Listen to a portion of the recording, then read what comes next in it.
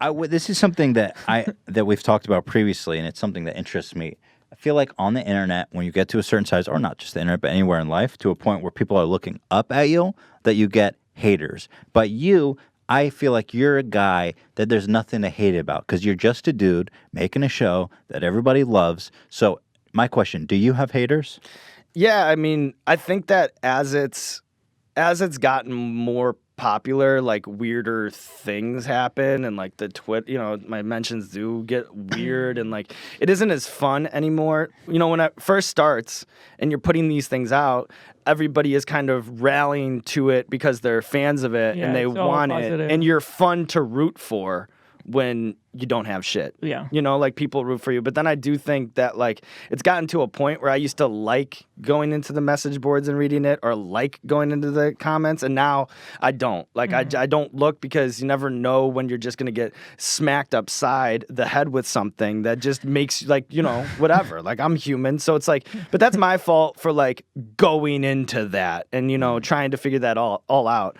I do think that there is of value to having that real life focus group at all times. And you guys do that in the way that you're connected to the subreddit and the way that you're connected to the fans. And there is, I always want that connection, but I'm not going elbow deep into the comments anymore. Like, it's just like, even the things that, and this is like on me too, but like even things that are like stupid drive me insane. Like, it's not even somebody being hateful or like crazy to me that bothers me. Like, you kind of can't live on the internet and have that bother you, otherwise you'll be out of there in 2 seconds. But it's like sometimes I'll get a DM that's like, like whatever, like that's like, hey, my friend Alex having a bachelor party. Would you fly out to Nashville and do a live Hot Ones with us? Like, it would be so cool. Like that, And I'll always be like, well, I appreciate that. But then I'm always like kind of thinking like, well, like, do they expect me to like book a flight and then like go there, and then like what's the situation? Because they didn't really give me a ton of details. Like, am I hanging out at like the house that they rented? Like, am I out of pocket on a hotel? And then I'll start thinking about these things like way too much, and then I'll end up being like, I'll just be like at the gym, and I can't like shake these like sort of like weird requests and like weird things, and just like and I'm always like thinking about so then even that, so like it's just so much messaging and like so many things going on, and then it is a minefield where you could just get to somebody that's like, I fucking hate you, I hope you die, like that, and then you're just like, it's just a little too crazy, for me. Yeah. So now that you're like internet famous, what is that the thing that's affected you the most? Is there other things that have come up that you didn't expect, or how's your life changed, basically? Yeah, I mean, it's cool. Like people, it's good because in real life, it's a totally different experience than whoever's barking at you online. Like, in real life, people are like super cool. Great. Yeah. Always. And then, like they'll come, like they'll be like, oh my God,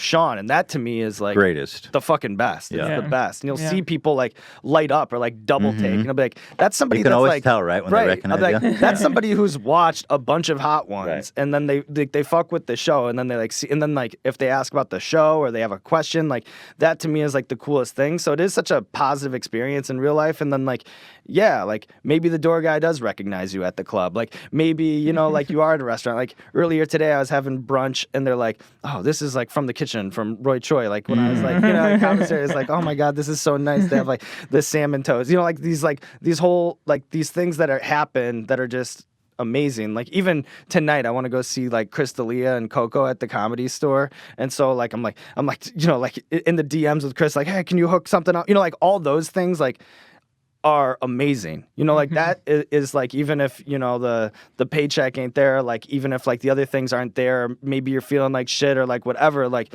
that is all cool because you're making people happy with a show, and then they want to pay that back. Like they want to show that they're appreciative by like doing some sort of favor for you, or like helping them out, or like making you laugh, or like making you smile, or making you feel good the way that you make them feel good. Right. So I'd like treasure that. I value that so much. Yeah. Yeah, that is the best.